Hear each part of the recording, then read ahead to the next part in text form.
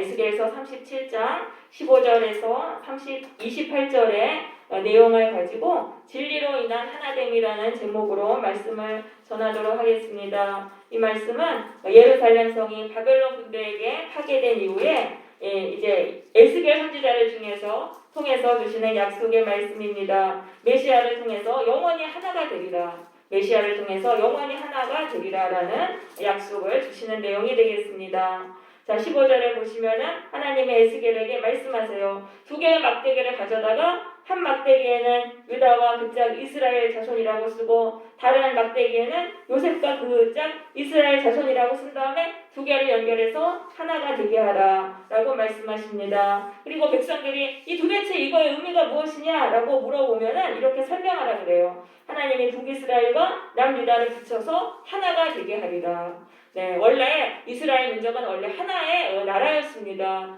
이스라엘 민족에게 그 첫 번째 왕이 이제 사울 왕이었어요. 그리고 2대 왕이 다윗의 왕이고 3대 왕은 솔로몬 때였고 이제 4대 왕 르호보암 왕 때 두 나라로 분열이 됩니다. 하나였던 이 다윗 왕국이 북이스라엘과 남유다로 분열이 됐어요. 그리고 분열이 돼가지고 200년 동안을 화합하지 못했어요. 그래서 북이스라엘이 멸망당하는 그 200년 동안 두 나라가 서로 경쟁하면서 싸웠던 거예요. 근데 이 두 나라가 하나가 되리라라는 그런 약속을 주시는 거예요. 자, 이 한 민족이었는데 이렇게 분열하면서 한번 갈라지더니 원수가 되고 경쟁하고 싸웠다. 그런 거예요. 하나님의 백성이었는데 이 두 나라가. 그러니까 이건 뭐냐면 이 세상에서 이렇게 이 불화와 분열이 가득하다는 것입니다. 하나님을 믿는 한 민족임에도 불구하고 이렇게 화합하지 못했다. 그래서 이 세상은요 분열이 가득한 거예요. 이 세상은 분열이 가득하고 가는 곳마다 부결됐다는 얘기예요. 하나 됐다는 얘기는 별로 안 들리고 이렇게 분열됐다. 그러니까 하나 되는 게 굉장히 어려운데 메시아를 통해서 하나가 된다라는 약속을 주시는 거예요. 21절, 22절을 보시면 이스라엘 백성이 이제 포로 생활에서 돌아온 다음에 한 임금을 섬기는 한 나라가 되고 다시는 나뉘지 아니하리라 라고 말씀하세요. 영원히 하나가 되리라. 이 한 임금은 24절에 의하면 내 종 다윗이라고 되어 있어요. 다윗의 후손으로 오시는 메시아를 통해서 이제 하나가 된다라는 약속을 주신 것입니다.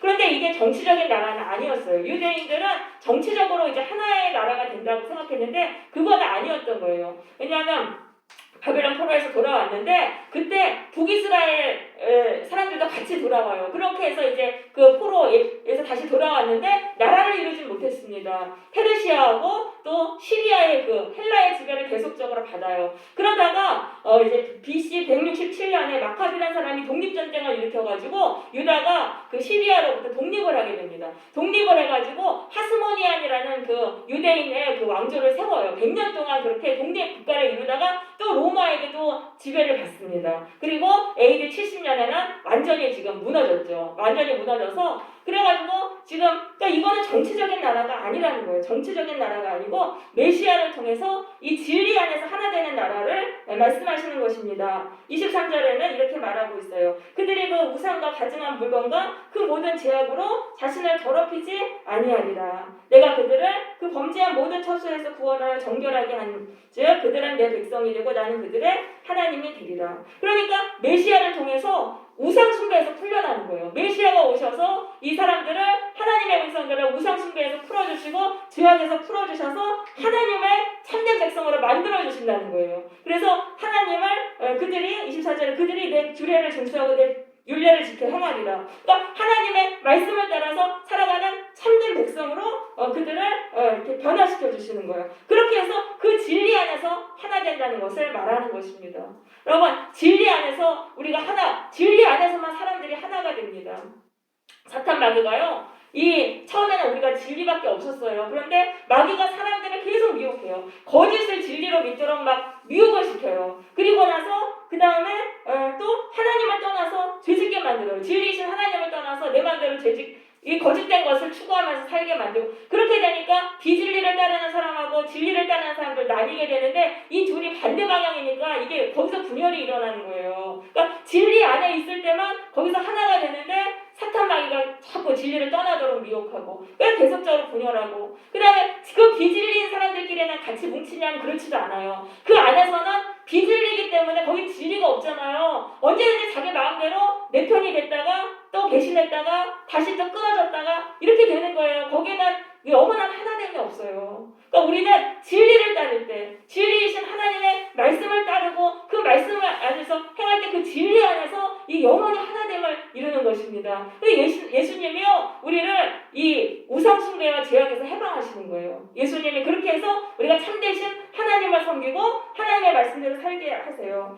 주보에 있는 이 말씀 보겠습니다. 에베소서 2장 거기 주보에 있습니다. 에베소서 2장 1절에 이렇게 말씀합니다. 그는 허물과 죄로 죽었던 너희를 살리셨도다. 자, 예수 믿기 전에는 다 허물과 죄로 죽는다는 것입니다. 사람들이. 이 허물이라는 거는 뭐냐면은 거짓에 미혹돼서 잘못된 길로 가는 거예요. 하나님을 떠나서 거짓을 진리로 여기면서 살아가는 걸 말하는 거예요. 그리고 죄라는 거는 내 의지로 죄를 짓는 거예요. 거짓을 따라야 되니까 진리를 불순종한 것을 말하는 거예요. 그것으로 인해 죽었다는 거예요. 죽었다는 건 왜 거짓을 따라가면 결국은 고통당해요. 실패하고 고통당해요. 그러니까 우리 영혼이 이게 너무 지금 고통당해가지고 영혼이 병들고 깨지게 된 것을 말하는 것입니다. 그러면서 2절에 보시면은 그때 너희는 그 가운데 행하여 이 세상 풍조를 따랐다. 이 세상에 보이지 않는 그 사상, 이 세상을 지배하는 사상이 있어요. 그런데 이 사상을 누가 지배하냐면은 공중의 권세 잡은 자. 공중이라는 건 보이지 않게 지배하는 괴사. 바로 사탄 마귀가 지배한다는 것입니다. 곧 지금 불순종의 아들들 가운데 역사하는 영이라. 사탄 마귀가 보이지 않게 사람들을 다 지배하고 있어요. 하나님께 불순종해라. 하나님께 불순종해라. 이렇게 지배하면서 3절에 보니까 우리 육체의 욕심을 따라서 지낸다고 되어 있잖아요. 네가 원하는 거 해라. 하나님 뜻대로 살지 말아라.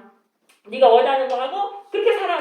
그러니까 세상 사람들은 다 그렇게 살아가는 거예요. 하나님을 떠나서. 왜냐하면 이 죄악 세상에서 사람들이 다 그렇게 살아가니까 우리도 보조를 맞춰서 사람들도 거기에 보조 맞춰 살다 보니까 다 그렇게 살아가는 거예요. 그러니까 그 결과 어떻게 되냐면 영혼이 깨지고 병드는 거예요. 왜냐하면 거짓을 따라 살면은 인생의 저주를 받아요. 그러니까 하나님이 너무 이제 우리가 불쌍하니까 예수님을 십자가에 보내신 거예요. 우리를 사랑하셔서. 그래서 예수를 믿을 때 우리를 다시 살리시는 것입니다. 왜냐하면 예수님이요 우리를 사탄의 거짓말에서 풀어주세요. 우리가 참 이 세상 우상 섬기고 거짓된 거 섬기고 살았는데 예수님을 믿는 순간 믿으면 하나님께로 돌아와요. 그게 다 거짓된 거구나 알면서 하나님께로 돌아오고 하나님의 말씀을 따라 살아가게 되는 것입니다. 그러니까 우리 영혼이 이제 살아나는 거예요. 진리를 따라 살면은 우리 영혼이 고통을 그렇게 안 받아요. 그러니까 우리 영혼이 다시 생명을 누리게 된다는 그런 말씀인 것입니다.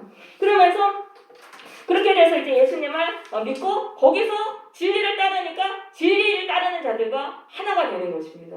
그 진리를 따르는 그 진리를 따르는 자들과 하나가 되는데 진리는 영원해요. 영원하기 때문에 영원히 하나가 되는 거예요. 그거를 말씀하시는 거예요. 이게 정치적으로 두 나라가 하나가 되는 게 아니라 하나님의 백성을 예수님이 다 이제 거짓에서 해방하시고 하나님을 따르게 하시고 그 진리를 따르게 하시기 때문에 그 안에서 하나가 되게 된다.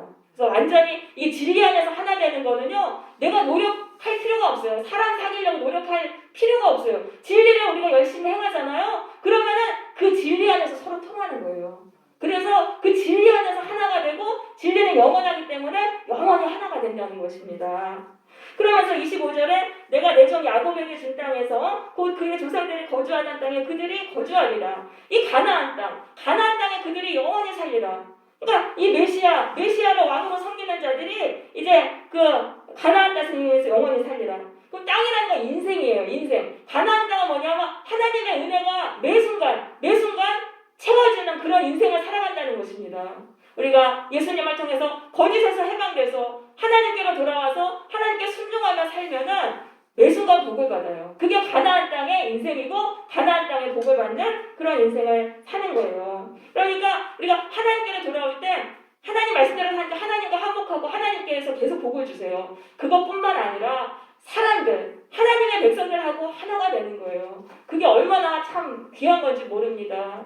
여러분 이 세상에는요 교제에는 이게 진리가 없기 때문에 그거 영원하지 않아요.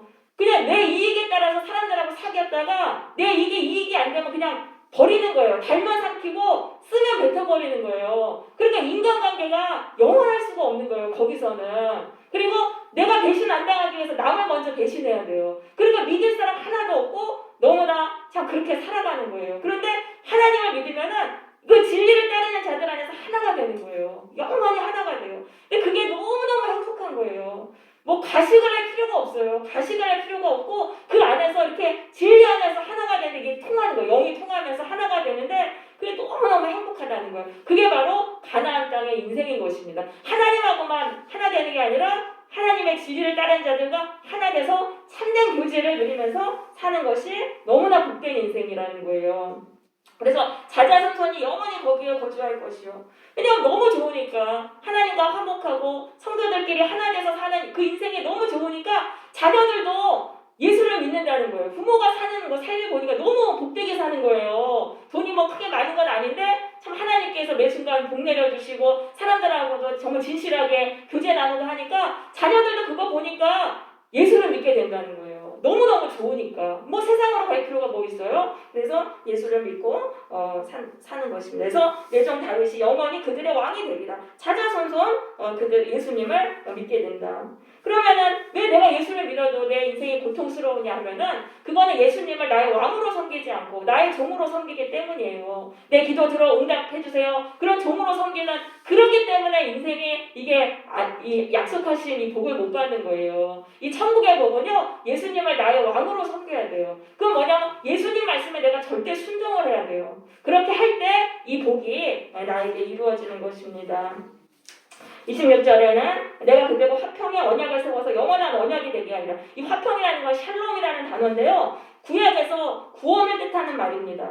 이 구원을 뜻하는 단어가 이 화평 샬롬입니다. 그러니까 내가 그들에게 구원을 주리라. 메시아에게 순종하는 자들에게는 구원을 주리라. 이 샬롬이라는 것은 어디에서도 가도 부족함이 없는 상태예요. 내 모든 환경을 초월해서 내 영혼에 참된 만족이 흐르고 평안이 흐르고 뭐 누구도 부럽지 않은 그런 인생. 그거예요. 돈이 조금 많아서가 아니라 하나님의 그런 기쁨과 만족을 주시는 그 인생이 바로 화평의 인생입니다. 그래서 구원해 주신다는 언약을 주시고 그것이 이제 새로운 언약 신약이죠. 그래서 예수님이 오심으로 신약의 시대가 된 겁니다. 그리고 영원한 언약이라. 그러니까 또 다른 언약은 없어요. 이제 예수님을 통해서만 우리가 하나님의 백성이 되고 구원을 받는 것이죠.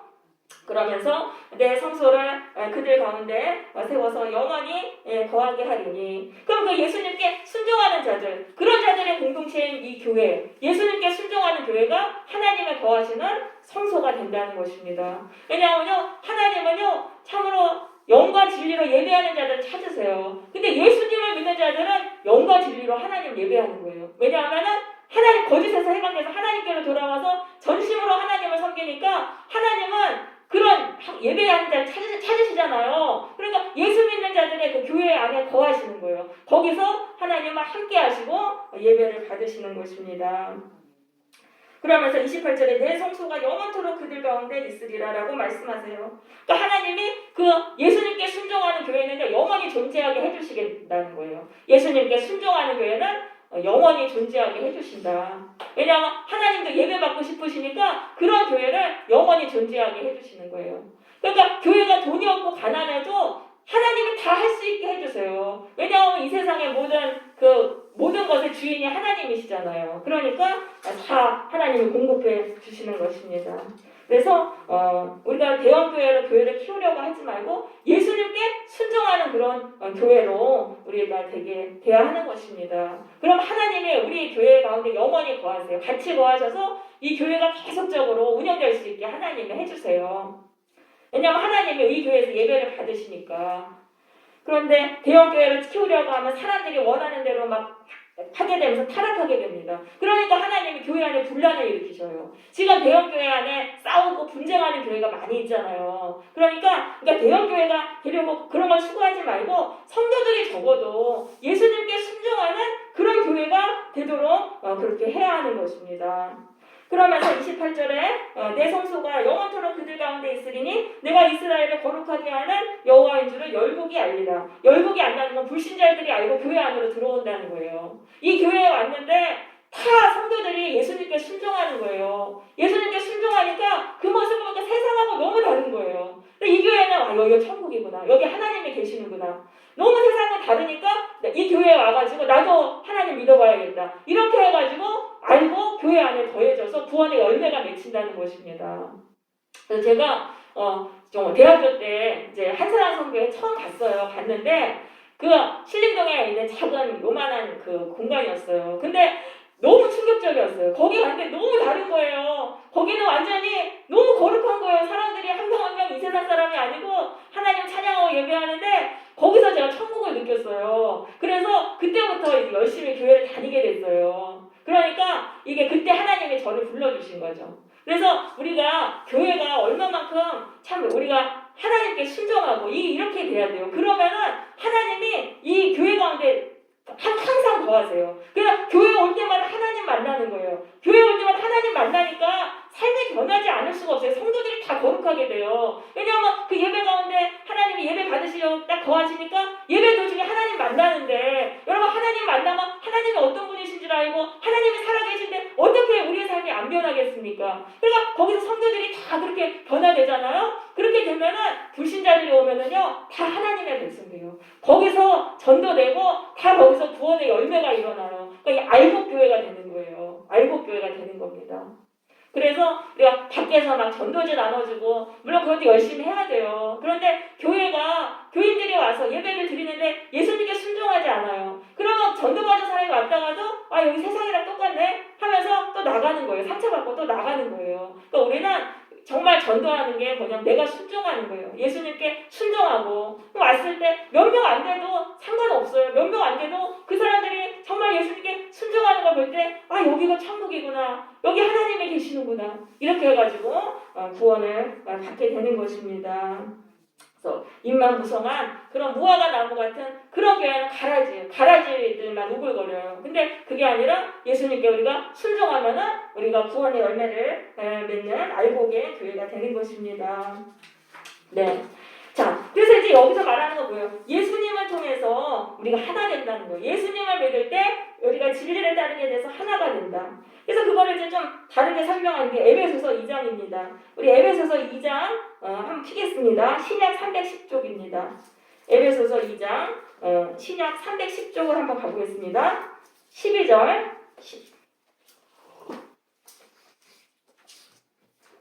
에베소서 2장 12절 보겠습니다. 신약 310쪽 여기 보시면 이렇게 말씀하세요. 그때 너희는 그러니까 예수 믿기 전이에요. 예수 믿기 전에 이 에베소 교회 성도들은 그리스도 밖에 있었고 왜냐하면 이방인이었어요. 에베소인들은 하나님 모르는 사람이었어요. 그런데 이스라엘 나라 밖의 사람이라 약속의 언약들에 대하여는 외인이요 세상에서 소망이 없고 하나님도 없는 자이더니 이제는 전에 멀리 있던 너희가 그리스도 예수 안에서 그리스도의 피로 가까워졌느니라. 그는 우리의 화평이신지라. 둘로 하나를 만드사 육체된 것 곧 중간에 막힌 담을 자기 육체로 허신다고 말하고 있습니다. 예수를 믿으면은요 우리가 정말 하나가 돼요. 왜냐하면은요 예수님의 피로 우리의 원수된 것이 허물어져요. 중간에 막힌 담이 허물어져요. 사람들 사이에 보이지 않는 담이 다 있어요. 사람들이 다 자기에게 담을 둘러싸고 사는 거예요. 그 담은 뭐냐면 미움과 적대감이에요. 사람에 대한 미움과 적대감, 원수로 여기는 거. 그 적대감 속에서 살기 때문에 다 외로워요. 이게 진실한 교제가 안 되는 거예요. 왜냐하면 가식적으로 교제를 하고 그 보이지 않는 그 담 속에 숨어가지고 내가 먼저 딴 사람 공격하고 내가 배신 당하지 않게 딴 사람 먼저 배신하고 그렇게 살아가는 거예요. 그러니까 다 외롭게 섬처럼 살아가는 거예요. 그런데 예수님의 십자가의 피가 이 막힌 담을 다 허셨다는 거예요. 왜냐하면 예수님의 사랑을 정말 깨달은 사람들은요 이 담을 다 헐어버리게 돼요. 예수님이 나 같은 죄인을 살리시기 위해서 십자가에 달려 돌아가셨구나. 이 사랑이 깨달은 자들은 거기서 이 담을 허무는 거예요. 내가 상처를 받아도 나는 다른 사람들 사랑해야 되겠구나. 내가 정말로 예수의 사랑으로 다른 사람 섬겨야 되겠구나. 이런 생각이 드니까 그 담을 허무는 거예요. 그래서 예수님을 믿는 자들의 차차 그 담이 다 허물어져요. 그러니까 그 안에서 진실한 교제가 되는 거예요. 그렇게 돼서 하나됨이 이루어지는 것입니다. 예수님의 십자가가 그 능력이라는 거예요. 우리 마음속에 우리가 철옹성 같은 담을 다 쌓고 사는데 예수의 사랑을 깨달을수록 이게 무너져요. 이게 무너지고 사람들 사이에 진실한 교제, 성도들 사이에 진실한 교제가 이루어지는 거예요. 근데 이 하나님의 역사가 얼마나 강력하냐 하면은 15절에 보면 법조문으로 된 계명의 율법을 폐하셨다고 돼 있어요. 자, 이거 뭐 유대인과 이방인도 예수 안에서 하나 된다는 거예요. 그 이방인은요, 하나님의 백성이 될 수 없어요. 이건 율법이에요. 구약 율법에서 정한 누구도 바꿀 수 없는 건데 이 하나님의 말씀도 무너진 거예요. 이방인이 하나님의 백성이 될 수 없다. 그것도 무너진 거예요. 왜냐하면 예수를 믿으니까 유대인과 이방인들이 서로 벽을 허무는 거예요. 그 예수의 사랑 때문에. 그러니까 그게 다 구분이 없어지고 모두가 하나님의 백성이 되었잖아요. 그러니까 예수님의 사랑을 깨달은 자들 안에서는 모든 차별과 신분이 없어지는 거예요. 당시에 노예제도가 많았습니다. 노예들이 그렇게 많았습니다. 그런데 예수를 믿는 그 공동체 안에서 종과 그 주인이 거기서 한 형제가 되는 거예요. 서로의 담을 허물고. 예수의 사랑을 깨달으니까 그 담이 다 무너지는 거예요. 보이지 않는 담이 무너지면서 거기서 하나가 되니까 그 노예제도가 결국은 다 없어지게 되는 거예요. 기독교가 퍼져나간 곳에서 노예제도가 없어지고 남녀차별도 없어져요. 그전에는 뭐 남종여비 그랬는데 남자나 여자나 다 죄인이고 우리가 예수님의 피로 우리가 이렇게 구원받았구나 이렇게 깨달아지니까 그게 다 없어지고 남녀 차별이 없어지고 그 다음에 부자와 가난한 자가 예수님 안에서 하나가 되고 참 이런 일들이 기독교가 퍼진 곳에서는 이렇게 평등이 일어나게 된 것입니다. 그래서 둘이 자기 안에서 한 세 사람을 지었다. 그래서 예수를 믿으면 한 사람이 되는 거예요. 성령으로 거듭나서 한 사람이 됩니다. 이것이 예수님의 하나됨이에요. 여러분, 우리가 성령 받으면은요, 내 안에서 마귀가 쫓겨나가요. 예수를 믿으면 성령 받아요. 성령 받는데 마귀가 쫓겨나가요. 그럼 그 마귀가 내 안에 있으면은 이게 뭐냐면은 이게 시기 질투, 교만, 이기심 이런 것들이에요. 그러니까 다른 사람 사랑할 수 없는데 성령 받으면 마귀가 나가요. 그러니까 다른 사람을 사랑할 수 있는 거예요. 내 안에서 가시가 다 뽑혀져 나가요. 그러니까 거기서 우리가 하나됨을 이룰 수 있는 것입니다. 네, 그래서 우리가 참 교회 안에서는 우리가 인간관계에 힘쓰지 말고 내가 내 힘으로 사귈 수 있는 게 아니에요. 인간관계 이거는 예수님을 통해서만 하나가 되는 거예요. 내가 예수님께 열심히 순종해야 돼요. 그러면은 성령을 받아서 내 안에 있는 가시가 다 뽑혀나가는 거예요.